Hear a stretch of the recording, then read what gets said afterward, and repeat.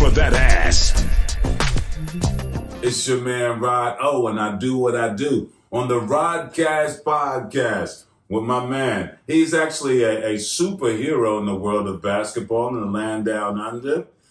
He's played for Australia. He's played for a couple of teams in Australia and won championships here. Won championships in the U.S. Yes? No U.S. market? You didn't get one there? No. Oh, well, tell us why the hell you didn't get a championship in the U.S. Shane, the hammer here. Oh, see, we already into it. It's unscripted, unfiltered, real as a mother. Huh? So you sound all like professional, and then you roll in a little Aussie to talk after that, mate. It's like, come on, man, you're serious. High level.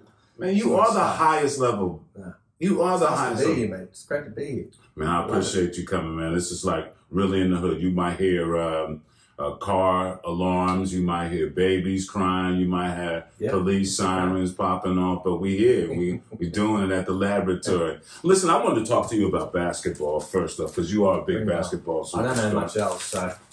All right, we want to cover some basketball as far as you're now the head coach of a WNBL team. That's the Women's National Basketball League here in Australia. How in the hell did that come about? The Sydney Flames. So they're owned by the Sydney Kings, Paul Smith, and I've known Paul for a long, long time.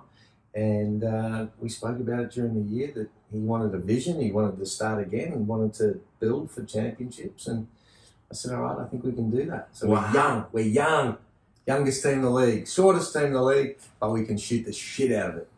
Paul Smith is kind of like you in the context that he's out there, he's innovative. Says what he thinks. Says what he thinks. Passionate. Yeah. How did that relationship start? I mean, because... Well, it's amazing, actually. I've known him since I was 15. Oh, okay. So I was at the Institute of Sport, and we had what we called house parents that looked after the block of players that lived in that block. And I don't know how the hell they put like a guy in the late 20s that was a drinker and hanging out and having fun. We're like, oh my God, that's irresponsible to put this bloke in front of us. But we had a lot of fun, and I hadn't seen him for years, and then just ran into him about 10 years ago, and then he bought the Kings. And I'm like, wow.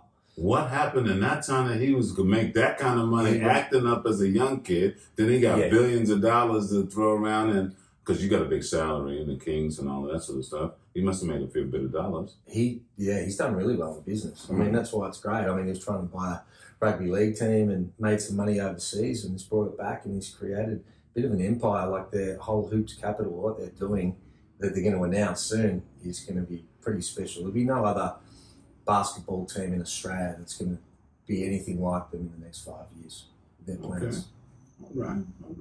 So then he decided that you should coach the women after your NBL career as a commentator and all that sort of jazz. Yeah. Well, I've coached women before, and I've got 3 daughters, so I'm a girl dad. Coached them from under-8s all the way to seniors. So I feel like it's a good fit. And then maybe he was trying to get me to get to my daughter, who's a star.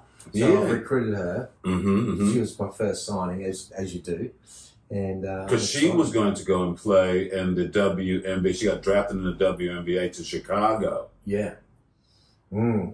So she was the number 8th pick in the WNBA. She went to Chicago, and all the conversations were great, actually. The coach, leading up to it, sort of tried to do a deal that we didn't put her out in front of all the other teams, so no one else saw her, and guaranteed that he was going to take her at number 8.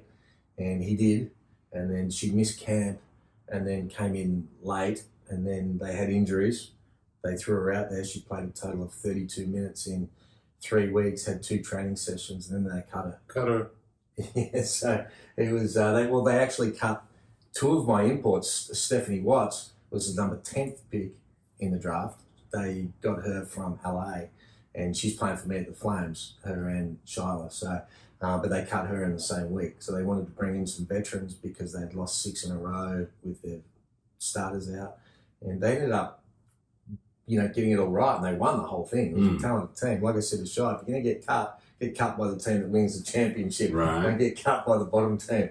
But a great learning experience. Tough time for her, though. Like, she called me it was 3 o'clock in the morning, FaceTime, in tears, because she was at the airport with the team, ready to jump on a plane for their First game. And the coach called her over before they literally boarded the plane and said, Shy, we've traded you, you're going to be waived. So she's 19, Chicago airport, no family or friends over there, where their apartments were an hour from town, in tears, going, what do I do? Like, what do I do now? So I was like, it was heartbreaking. And but, you know, it's just the way it is. And she's taken it on board and she'll be better for it. But it was gutted. It was ruthless. But then you talk to Paul, you're the head coach, and next thing you know, she's got a landing here with the Sydney Flames. Paul was cool with all of that, having you bring your daughter onto the team, and he was keen. He was keen. Like I said, he may have got me to get her because she was incredible last year in the WNBL. Oh, she got mad skills, son. Yeah. Where'd she get that from? Her mum. No, she's got a mum's personality. She's humble like a mum. No, she got my step back, so that's all right. She can put it in. She can fill it up. Yeah, I recall her growing up here in Sydney and watching you. You know, she was messing with the Comets at a young age. She's been around Sydney, so you took her around the whole joint. She's been everywhere with me. So we've moved a bit over the last 20 years since she was born. And she's a good kid. She's passionate. That's her biggest trait is she just loves it. She works and works and works, and builds confidence and belief. And so y'all got a shot at winning this shit? It's going to be tough. I mean, the odds came out. We're last. So the expectations, we're the youngest team in the league. We don't have a lot of experience, but the whole mindset was we're going to build a team over the next 3 years. So we weren't trying to buy a championship. So, but at the same time, the expectations are pretty low in the first year, and internally, we're going to go throw some haymakers. We're going to shoot a lot of threes, and these girls can really shoot it, and they play hard as shit. Well, you got an assistant coach that I'm a really big fan of, the Urban Warriors leader out there. She got her own fitness program and everything now. She's an Olympian. She can definitely tough as nails. Shelley Gorman. Is she still called Gorman now? Yeah. Okay. Yeah, Gorman. So I grew up with Shelley. We've known each other since we were 13. Yeah. And she's just a champion. As soon as I got the job, she was the first person I spoke to. So she's been out of the game for 20 years. Yes. I'm like, mate, we need to get you back. That's just too much experience and wealth of knowledge to be able to pass on to these girls. And, she's won like 6 championships. She's been MVP, 3 Olympics. She played in the States. She played in Europe. It's like this sort of stuff's just, it's gold. So she's a champion, great girl. And, she's been awesome to work with too. Well, man, you're doing all kinds of stuff now. You have your own podcast, which I'm happy to be one of the voices. No, you are the voice, mate. There was only, when we said that we were getting this done with my partner, David Wolf, I said, mate, we need to get the O because we need that voice. So tell us about the show. It's called The Basketball Show. Yep. And you and David Wolf. Yep. Wolfie's a great dude. He's a mover and shaker in Sydney's basketball circles as well, in the business community. Yep. No, Wolfie's great, and we've been mates for a long time, and he's got a sports agency and PR agency.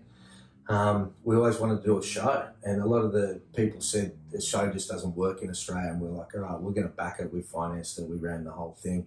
Started it Throwback, Mike Lazarus. Yes. We were doing it out of his sports store to start with. Yes, grew it. We're 6 seasons in now, and now it's backed by News Corp, and we're on KO.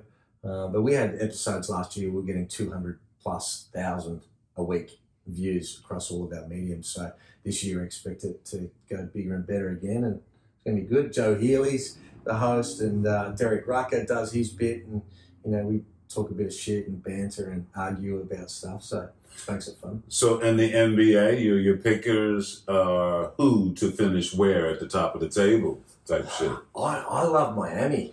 I'm not sure they're going to win it, but I love them. I love the way they play. I love their toughness. When you got Butler and Lowry and Tucker, and they're stubborn and they just grinding. Yeah, and then they got the shooters around them. They're like anyone who matches up against them in the playoffs is going to earn any win if you get through them because they're just tough. You just tell that's the sort of guys they are, and they're well coached. So I like them. I like Phoenix too, though. Phoenix in the West for me. It's good. Book is great. Over the Warriors, huh? Yeah. Well, I love the Warriors and I love Steph. And with Clay coming back, obviously, he hasn't even stepped back on the court yet. Yeah. So they should be the favourites. But I think the experience of what Phoenix did last year still gives him a chance, right? CP3 is a little shitty. Yeah. He's a little bit like those guys, Larry. He's just a stubborn little shit. That just like, nah, we're just going to get this done. So, no, I mean, that'll be great basketball to watch. Awesome. Okay. We, as in Australian basketball people, which we are, Giddy, the young kid at OKC. Warwick used to play against his father. The King was. The King was? The King was. And now he's got Josh in the building, carving it up. Talk about a contrast of, like, players. Yes, father and son. It was like one of the greatest teammates I ever had, and the most, just a role player. A passer, could not shoot at all, but one of the best teammates. That's fucked up. It was. I'm not going to go with that one. Was couldn't shoot for shit, but he was still one of the first people you'd pick because of what sort of teammate and how tough he was and what he did. He's a Wollongong boy, grew up playing rugby league, rugby union. Tough. And he's like mentoring his son, like Josh. Josh is unbelievable for his size and you know, his vision to be able to create is. And what's been most impressive about Josh is that what he's done at under 16s, under 18s, when he went to the Institute, then he came into the NBL. No matter what level he went to, he still played his same game. And now he's doing the same shit in the NBA That's right, as what he was doing in the NBL. So he just keeps raising his game as he's playing against better people, and his upside is off the charts. I mean, you imagine him, he's a teenager now, doing the shit. He's poised. 19. Oh, and how good would he be to play with? Because, you know, Australia's a little passing the ball. He's playing with a lot of kids that want the ball, but he's scoring too, though. Yeah. And he's facilitating. He's getting to the basket himself. He's a great player, I think. He's got a big upside. Decision-making is great. Those guys would love playing with him, but what makes it exciting for me is imagine seeing Paddy Mills next to him and Joe Ingles and some of these guys with the Australian team. Like when he gets in there, I thought he should have gone to the Olympics because you get that first Olympics, even if you're not playing, and my first was 92, I called myself a 20-point player. I only got on when we're up 20 or down 20. Otherwise, I was 12th man. I was eating the red frogs at the end with the physio. But he would have been doing the same shit, but the experience you get, and for me getting there, it's like, yeah, it's great to be here, but now I want to make a difference. Now I want to make a difference. So the next Olympics, now, you know, you can be in the top 5 in scoring in the Olympics. Like you get that and you grow. Well, now you're taking me to a place. I wanted to ask you really, Shane here, we'll come back to Josh, but do you really think you would have kicked Charles Barkley ass? What was on your mind? You know, trying to give him the business. He said some shit that if he would have got his hands on you, you might not have had a daughter to go into the WNBA. Yeah, he did say that shit then. A bit late. I remember I grew up, rightly or wrongly, my dad always taught me, if you're going to get in a fight, you better throw the first one. And I remember when we came together on the way to the timeout, I was trying to get to this bench, he was getting to that bench, and neither of us deviated. So we ran into each other again, and everyone else ran in, and he grabbed me, and he had me down like this, and I grabbed him. I remember Andrew Gay saying lately, because he knew what my dad had told me the way I grew up, he's like, please don't fucking throw one. Please don't throw one. So do you think you would have given him an ass whooping? He's a big boy, isn't he? I know I would have got one in, though. You would have got some in. I would have got some in. That, I always tell people, you know, I was with Dwayne McClain and Charles Barkley. We was together when Magic Johnson said that he had the Letterman shit going on. And we were in Villanova. And I was thinking, man, you know what? I think that Shane would have got a few in. Yeah, I was definitely getting them in. Now, if he got hold of me and he had the big fella had got a little bit of weight behind some of those. So you may not have been a father. Yeah. Good memory, though. He is. He brings it up often. Because I think you're one of those dudes that really got in his job. I think he was just surprised. 100%. You know, and that was the thing, though. We went over there, and Charles Barkley was one of my favourite players, and he's one of my favourite personalities to this day. And but all the other teams were getting photos with the Dream Team, we're getting autographs, and it's just not the Australian way. We're like, we're not doing that. And So, you know, what he did was a cheap shot. It wouldn't have mattered whether you played, you know, on the international stage or I was playing at Alexandria. Mm. You're going to do the same shit, right? Someone just takes your legs out. You're not going to do nothing. Give him the business. Yeah, we'll give him choice words. So after I gave him some choice words, he's like, "What did you say?" I didn't know whether he couldn't believe what I just told him. He couldn't understand English. He couldn't understand the accent. Australian English. Yeah, exactly. But that boded well for you. Josh didn't make the Olympic team. Why do you think Gordon didn't take him? I think he probably felt that Sobey was more ready to defend right now. Great athlete, had a great season. But I felt like they had so many other players that could have done that. Sobey wasn't playing anyway. So I think sometimes you're investing in the future as well. And Josh will get his turn, and does it make a huge difference? Probably not. They won a medal, and you know, maybe it was back up, but I would have liked to have seen him just get that experience, and then he would have been ready to go. But he's going to be awesome regardless. Because you did the Olympic thing, and then you went to the pros, to the big dance, the NBA. Tell us a little bit about that. After you and Charles Barkley decided to kiss and make up. Yeah. Well, it was interesting during the Olympics. You know, some players want to know what's going on with their agents and what opportunities there are, and some people say, like, nah, don't tell me. I wanted to know. So I'm on the phone with my agent every day, and I'm like, mate, what's happening? So at the end of the Olympics, and sort of that was the lead up to it, and then I had a really good Olympics and finished in the top 10 in scoring and assists, and had a lot of confidence. I sort of fed off the fact that, you know, it was all happening, and then we made the Final Four again, and then it was like 5 or 6 teams that offered me minimum wage, non-guaranteed deals, which is nothing. It's like, come to camp. Yeah. And I was like, no, we're not doing that. And then Minnesota and LA, the Lakers, had the most interest.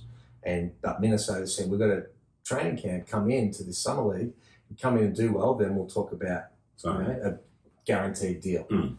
And it was a little bit unfair because I'm playing at the Olympics Games against the best players in the world.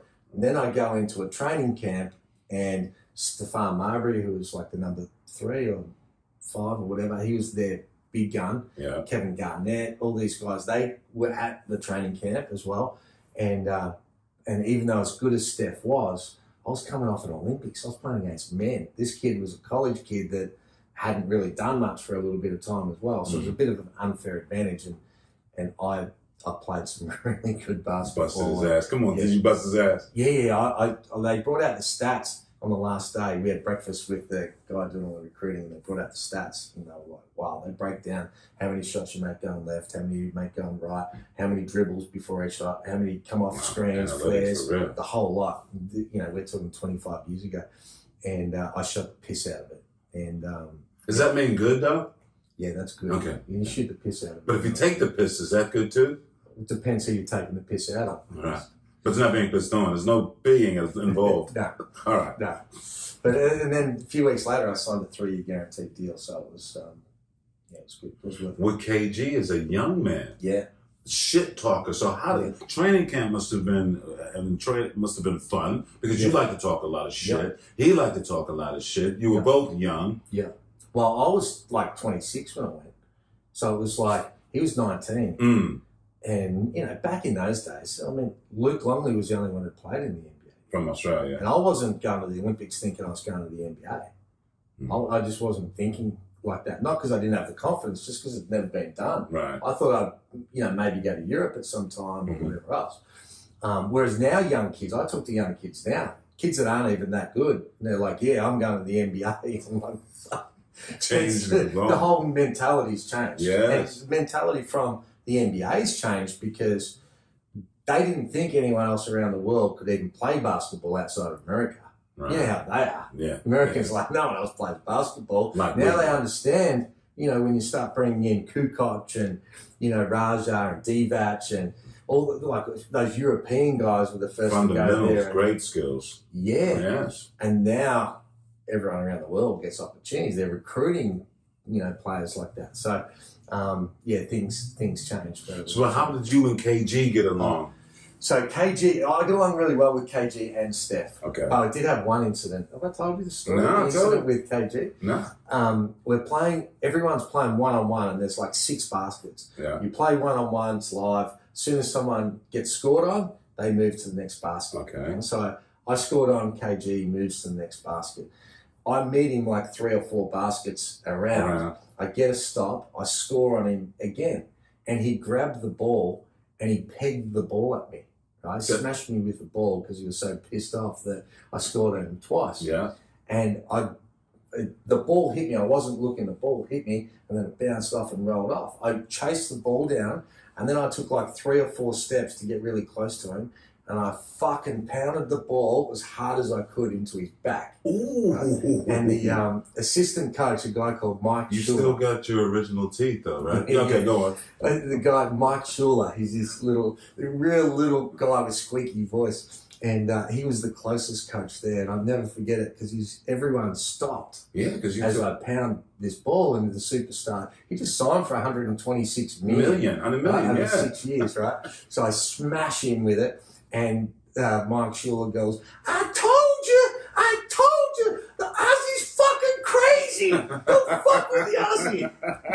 That was his whole thing. I'd never forget it. But KG was cool. He must have said some shit, and they must have had to hold him back, though. Did he come at you? He did? No. In the locker room, he came up to me and he goes, man, you're like, I shouldn't have done that shit. I'm sorry, man. I shouldn't have done that shit. Wow, cool. Well, cool, mate. That's all good. Cold-ass Minnesota. Good. Oh, yeah, that was cold. That was an experience. I had 2 kids under 2. Mm. It was tough lifestyle for my friend. Freezing. It was, Freezing. people don't understand. You say minus 30, minus 40, minus 60 with the wind chill. For real. But I spent until a you little time actually there. experience it, Yeah. you don't really understand. It sounds cold, but you don't understand how cold people who haven't been there. Coming full circle here now with the WNBL. What do you think you played in it, you commentated in it? What do you see as being fire here in this league now? This could win the title possibly. Who do I think will Who win do you the think title? will win the NBL title NBL. here? Yeah, because you played in this league, you've commentated No about commentating it. again this Okay, year. okay. I reckon it's really even. I think that there's 4 teams. I Okay. think the 4 teams that can win it, Sydney, I think Illawarra with Gorge, I think Southeast Melbourne are going to be good, and I think Perth are the 4 teams. I'm picking Melbourne United, who won it last year, to not make the top 4. And you didn't give the Kings any... No, I said Kings. Oh, did you? Yeah. Okay. Kings, Illawarra, Southeast Melbourne and Perth. I've got United finishing 5th. Wow, that league owner might not have too much to say about that. Yeah. But how does that work, man? The guy that owns a basketball team, he doesn't have any percentages in any other teams, or he's helped them survive. So he's got some chips that are going towards helping other teams. He owns the referees. How does that work in Australian basketball, Shane? Well, I mean, it's different, but It's very different. See, people talk about Melbourne United. He owns like 5% of Melbourne United. It's not a big interest. But still, the biggest cock in basketball is walking around, right? And they got some Yeah. fear. So, I mean, it's not like Yeah, the Silverman. But why don't they? is not going. He owns Brisbane. No one ever brings Brisbane up. I'm saying, how does the owner of the league own several teams in it? And But the only reason is because, like, I put, his hat on, right? He doesn't want to own Brisbane. He doesn't want to be forking out money for Brisbane. okay. But no, if people can't buy it, we've actually got an advantage that the league owner will prop up teams until someone comes and buys them. That's the advantage we've got, because it's 5 to 6 years ago, the league was so bad. It was on its knees. It was like no one wanted to own a team. The owners that were there were like just so bad compared to the level of owners. Like what I worked for the Kings, I coached 2 years. It's like, oh goodness, like they didn't even pay out parking at training, so I had to get guys to come in and move everyone's car, so we didn't have to pay car parking, mate. Like so the league's gone so far, and I think it's natural that people will question, the ownership from Larry, because in a perfect world it wouldn't happen. But I think that it has to a certain point until people are prepared to come in and buy the licenses.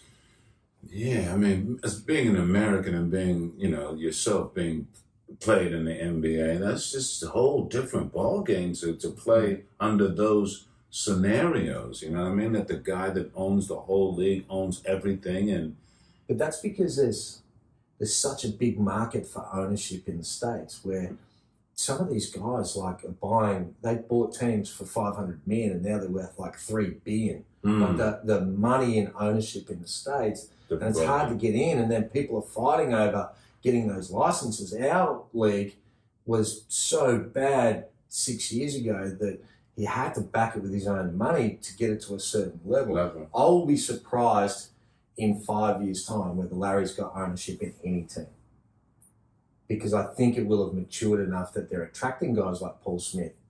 Comes in, I'm going to do this, I'm going to take the Kings to this whole different level over time, and they'll start attracting ownership that has big bank. Yeah, but there's some of them owners that's got that kind of money, be thinking, well, shit, why would I go and put my money in that league when the dude that owns the whole league, I'm playing against him in the championship game, he owns the referees, he owns the... But do you really think that the referees are intimidated by that? He's 5% in Melbourne. He's the boss. I just walking around playing or whatever, that is the boss of the league. Yeah. And everybody sees him as the big balls of Melbourne United. And it's like, you're not going to go and punch the boss in the mouth or say some crazy shit about the boss. But have you thought about owning a portion of any teams? Jeez. Hey, I was a part owner of the Kings back when we won our championship. I owned 10% of the Kings. But... yeah, not these days, man. They don't have that bank. So that gave you a license to punch Dunn in the mouth. Oh, no, that was the championship years you talking about. That was years. That was years later. Tell me about that guy, man. What he was done? Yeah. You still love him? Do you guys share Christmas cards? No. I found it difficult. We had 14, 15 owners, and it was a poor culture, the ownership, when I coached the Kings. It really was. And you got a lot of people that have money, that put money in and then believe they've got the right to be able to coach the team and make subs and tell people who they should pick and how many minutes they should play. And if you've got a drunk owner sitting behind the bench giving you some opinions in front of our players and whatever, sometimes they need some choice words. You don't give a fuck whether they're one of the owners or what. It's like, mate, take your head out of your ass. That's just shit. Who does that? So yeah, he was a different guy. So all to come full circle as well. You and Paul Smith are pretty cool, though. I mean, yeah. Paul's great. What Paul's doing for the Kings in the vision, when it gets laid out, people are going to go, wow, it's crazy. But he's got his own opinions. He's passionate for love. He respects that I've got my opinions and I'm passionate. And do you guys have any sparring facilities that you can go and punch it out before or after a game? You think we're going to be going at it? I don't know. I think that if he was to say something, you would definitely check his ass. I think we all want the same thing. I think setting that culture up from the start's been good, and he's not hands on. I speak to Paul every 2-3 weeks. It'll probably change when the season starts, but there's a whole lot of people in between as well. And I just like the fact that he's prepared to invest in women's sport, because whilst the women are never going to get paid with the men, because the men bring in a lot more money. Different crowd. Yeah, and you can't, equal opportunities, financially doesn't work because it all comes down to the income. But what he's been able to prepare to do and get women's sport on the board for basketball is great, and create, these role models and young kids like Shy that so many kids are looking up to now. Oh yeah, she's definitely the talent there, man, and she's just taking a chip off the old block. Let me see this last bit here, because you've been training and had a game today, didn't you? Yeah, we've been going for about 6-7 weeks, and we've had 5 practice games, and because we've got 11 out of 14 players that are new. So it's like we need time, whereas other teams sort of, I'm the only new coach in the leagues, other teams have already got all their shit together from last year, majority of their teams. So, yeah, it's going to be a challenge, but we're ready for the challenge. It's going to be good. Mallet, what do you do? Yes, I did call him Mallet. His nickname is Shane the Hammer Hill, but we've known each other 25, 30 years now. and my nickname for him off the court is Mallet. Mallet, what are you doing outside of basketball? Jeez, good question. Oh, I've got my family and spend a lot of time with my family, mate. Now I'm just at home and friends and down in the Shire. Well, I want to now out you because you are into horses as well nowadays. You're a bit of a horse owner. It's probably, I'm not, but I got roped into a horse. So I worked with Mark Waugh and Brian Fletcher. And, the football and cricket. Yeah, Fox Guru and Russell Barwick. And they said, we've got this horse, come on, you got to come in. And I was like, there's some horror stories about bloody owning horses and throwing money away, bloody, having them be trained. But we stumbled, our horse actually has done really well. It's called Different Strokes. And he won 3 of his first 6 races and 1 at Randwick, and he's doing really well. He's out to pasture at the moment, but he'll be coming back. Yeah, because I'd heard a little something about you being a horsey person. I was like, get out of here. And then this dude told me, he said, well, listen, Shane has got a horse and he's going to be running. So I got on the phone and I called up the Mallet. I said, yo, is this true? And I said, get on. And it won. Yeah. And it won. I'm not a gambler, only in lust and love, but I tried the horsey thing, and it was got a little something paid for it. Got a little something. Andrew Lazarus, I got him to put the bet on for TAB because they're one of my clients. I'll mention him, and he put the bet on for me. I bet a whole $10. There you go. Yes, paid for something. Did. Shane the Hammer Hill, man, thank you so much for coming on to the Rodcast podcast. That's it. That's gone quick, mate. We're done. Quickness, huh? I know I got to get you in. I got to get you out. I know you got other things to do, man. And I appreciate you greatly for taking the time out of your busy day and playing with the Rodcast podcast now. And what's the name of the show that he's got again? I'm going to plug it one more time, Shane. What's the name of your... The Basketball Show. The Basketball Show. Peace. Good in? Share the Rodcast podcast for that ass.